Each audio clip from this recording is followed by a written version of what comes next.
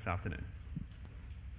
So you're talking about Graham Allison's book. So he says there's a 75% chance of, kind of induction that you'd have great power war between America and China, or maybe overhand nationalism in terms of, kind of persecution of people in other countries around China.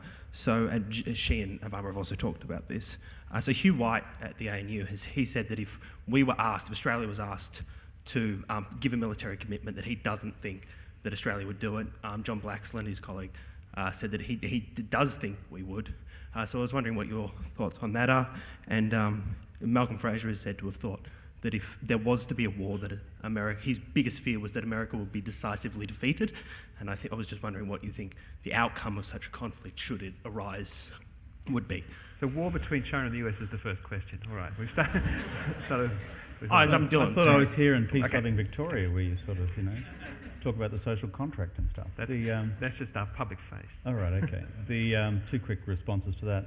One, if you had a military conflict within the theatre between the United States and China at the moment, China would be thumped. And the Chinese know that. I mean, I know enough from my own dealings with the Chinese People's Liberation Army to know that's their current conclusion.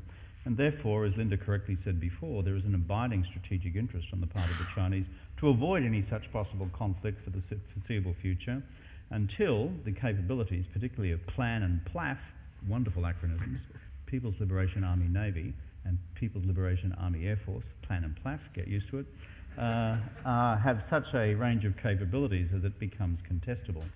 Two caveats: the Taiwan contingency, which of course Linda's referred to, and some crazy contingency which could come out of, shall I say, lunatic actions on the Korean Peninsula.